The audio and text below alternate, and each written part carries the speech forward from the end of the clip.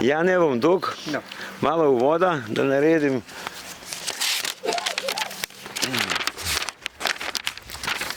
Spoštovani krajani Zilj, Balkovcev, okolišnih vasi, člani odborov agrarne skupnosti Zilje Balkovci, lepo pozdravljeni. Dovolite mi, da med nami pozdravim današnje goste. To so dr. Bojan Balkovec, izredni profesor Univerze v Ljubljani, oddelek za zgodovino Filozofske fakultete s sodelavci. Dr. Janez Vajs, ga imam napisanega, žal se opravičuma tudi neke zadeve, je pa fajn tudi on zaslužen za današnji dogodek. Gospa Vesna Fabijan, direktorica Krajinskega parka Kolpa, gospod Bojan Birkelbach, podžupan občine Črnommelj, Rok Mikšič, predsednik krajevne skupnosti Vinica, s člani krajevne skupnosti, kjer so prišli, smo povabili, predstavnike Zveze borcev, Pribalci, drugi vasi, da ne naštevam. Torej, lepo pozdravljeni v Ziljah in hvala za obisk. Kot vsi skupaj vemo, je razlog današnjega srečanja otvoritev informacijske table posvečene dogodkom v Ziljah med drugo svetovno vojno. Tu so namreč italijanski okupatorji zasedli območje 3 hiš, zgradili bunkerje in se obdali v žično ograjo. Iz naše in sosednjih vasi so prav tako dosti mladih moških odpeljali v logor na otok Rab in žal se mnogi od tam niso vrnili. Druga svetovna vojna je iz vasi Zilj in sedanjega obsega Balkovci vzela tako skupno 18 življenj. Bolj podrobno razlago o celotni vsebine same table in tudi širše pa vam bo podal gospod Bojan Balkovec, ki je s sodelavci tudi avtor knjige, iz katere je črpana ta vsebina. Želim poudariti še, da je glavni namen te table obveščanje javnosti, ohranjanje naše zgodovine, mlajšim generacijam pa v spomin na te in tovrstne dogodke, za katere upam, da se ne bodo nikoli ponovili. Ob tem dogodku se predvsem želim zahvaliti vsem, ki ste nam pomagali pri oblikovanju in financiranju tega skupnega projekta. To so ob že imenovanih avtorjih še gospod Janez Vajs kot glavni koordinator ter Vesna Fabijan, Krajinski park Kolpa kot večinski financer tega projekta. Hvala za pozornost. Besedo bi dal Vesni. Hvala.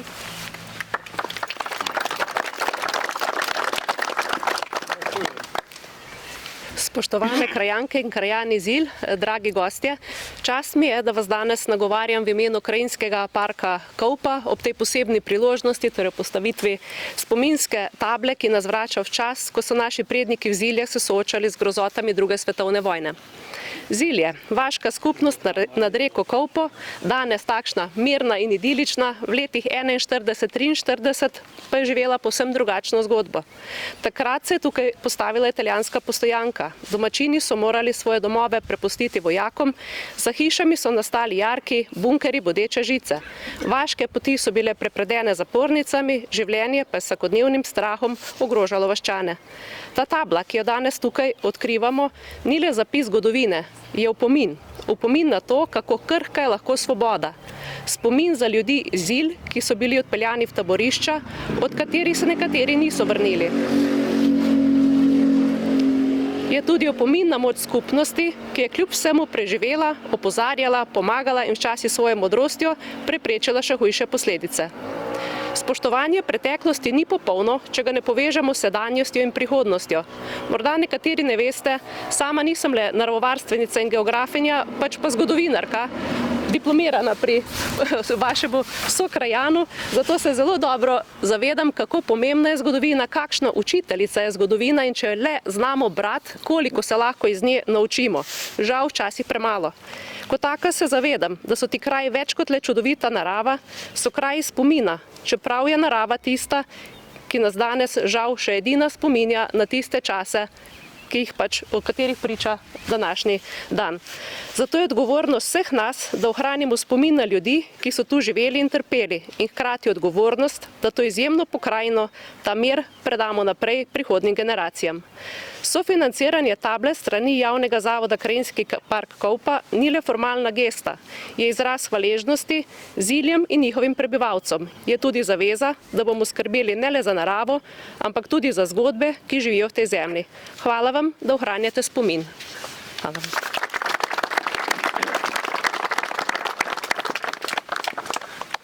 Lepo pozdravljeni Ziljani, Ziljanke in seveda tudi vsi ostali. Na začetku se želim zahvaliti najprej, čeprav bom seveda zdaj ponovil, komu vse, ampak kljub vsemu to je vljudno izreči tudi iz mojih ust, agrarni skupnosti Zilje Balkovci, ki je poprijela za idejo, ki sem jo omenil že pred časom.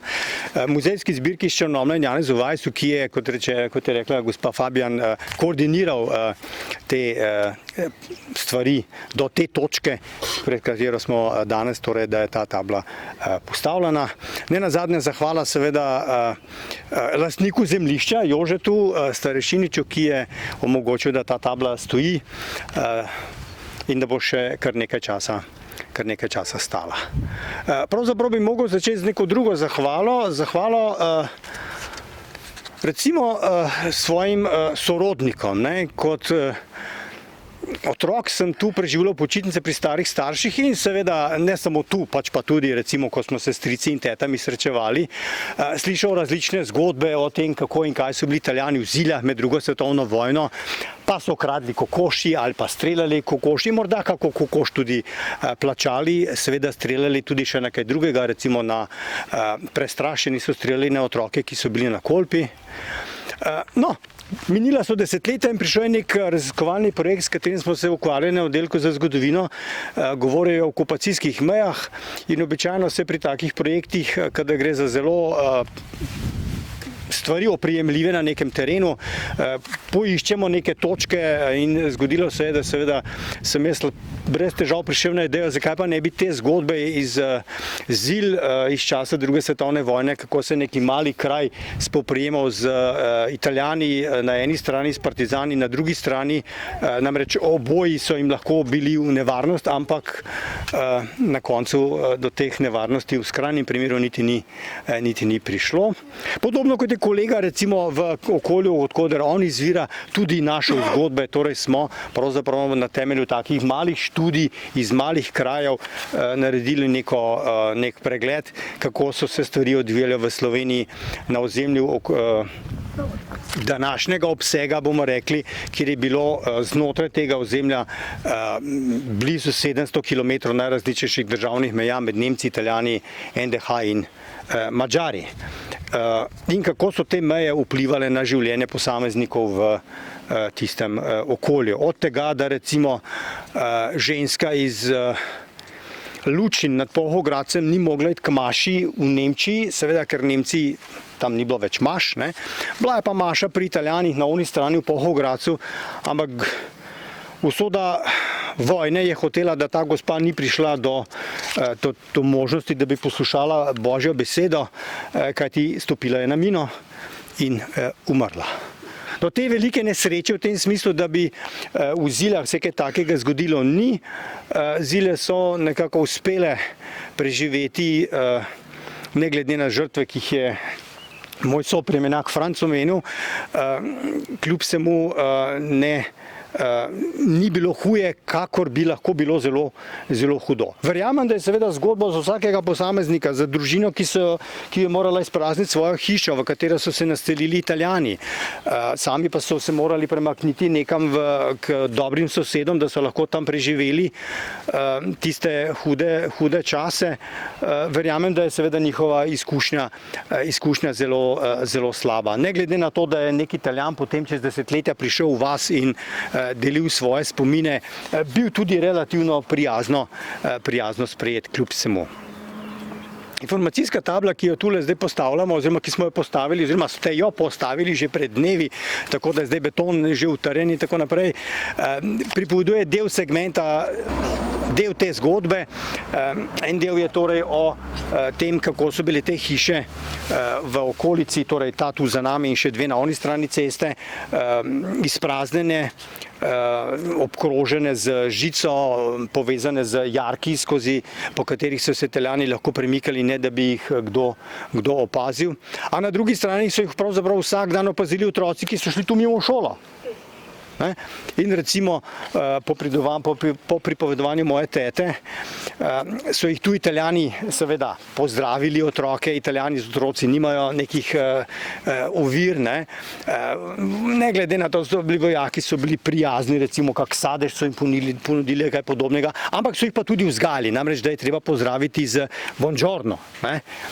A ni vrag, lahko so na poti do Preloke srečali partizane, ki pa so jih poučevali o drugačni vrsti pozdrava, o drugi vrsti pozdrava, o pozdravu zvezanim z bojem za svobodo, smrt fašizmu, svoboda narodu. A ni vrag, da so se otroci lahko, ko so šli nazaj iz šole, pa zmotili, pa so partizane pozdravili z buongiorno, Italijanom pa so rekli smrt fašizmu, kar ni bilo najbolj dobro sprejeto ne pri enih, ne pri drugih. So pa verjetno oboji blagohotno razumeli, da gre za otroke, torej še časa za prevzgojo. Ali zgodba recimo, ki jo sicer tule komaj kaj omenimo, ampak je mnogo bolj predstavljena v knjigi, ki je posvečena okupacijskim mejam v Beli krajini, kjer je en precejšen razdelek o ziljah in kako so zilje doživljale internacijo, kako se je Birička zgrudila pri maši, ko je župnik Pokorn povedal imena tistih, ki se ne bodo vrnili iz Raba, in med njimi sta bila dva njena sorodnika. V teh krajih, ne zgolj v Ziljah, tudi v Balkovcih, pa Preloki, Adlešičih in tako naprej, ali pa v Vinici in Sinjem vrhu smo posneli precej različnih zgodb, ki pripovedujejo spomine, ki jih imajo posamezniki, naj si bo to njihovi neposredni spomini, torej da so sami pripovedovali zgodbe iz svojega otroštva, lahko so to spomini, ki so jih pripovedovali njihovi starši, stari starši. Gre za ohranjanje spomina na neke dogodke, ki se jih je treba spominjati iz različnih razlogov. V osnovi zato, ker je to naša zgodovina, v osnovi tudi zato, da je vojna nekaj takega, česar si nihče ne želi, čeprav zdaj moderno pravijo, da se je treba oboreževati, da bomo bolj varni, ampak na koncu je orožja lahko vedno preveč in tisto orožje na koncu je treba potrošiti. Potroši se pa verjetno najbrž na ta način, da se kam strelja, ampak tudi če ne streljaš v ljudi, ampak v zrak, se zna zgoditi, da kakšen metek tudi koga zadane in nastanejo žrtve. Te table imajo seveda lahko tudi še kakšen drug učinek. Enega od takšnih sem se relativno hitro spomnil, ko se pelješ v Zilje, vidiš po Beli krajini kar nekaj kolesarjev, to je zdaj silno moderno pripadati različnim ekipam, pa se lahko tu ustavijo, senca je tamle zadaj, lahko malo počinajo, predno grejo naprej po hribu, ali pa se jim zavore ohladijo, predno grejo navzdol po hribu, pa se lahko še kaj podučijo o krajih, skozi katere se vozijo, da pač ne berejo izključna stvar, ki jo preberejo zgolj začetek in konc, tabla na koncu ali začetku naselja. Upam, da bo takšnih obiskovalcev čim več, ni nujno, da so kolesarji, lahko se tudi kdo drugače ustavi in si seznani z dogodki, ki so se dogajali tukaj v tem kraju. Ne nazadnje treba opozoriti samo še na tole na koncu. Na dnu, na levi in na desni strani sta dve kodi, ki omogočata ogledovalcu, bralcu, da seveda lahko pridobi še dodatne informacije. Zdaj je moderno, da smo internacionalni, pa je tabla v angleščini in tudi povezava, ki je ena od obeh, je na angleško stran, tako da se lahko tudi tujci seznanjajo s tem, kaj se je tukaj dogajalo, da pridejo malo bolj informirani, kje so bili, kaj so videli in morda tudi zakaj so videli. Hvala lepa vsem, da ste se udeležili te prireditve in kolikor vem, na koncu prireditev v Sloveniji običajno pride likov. Hvala lepa.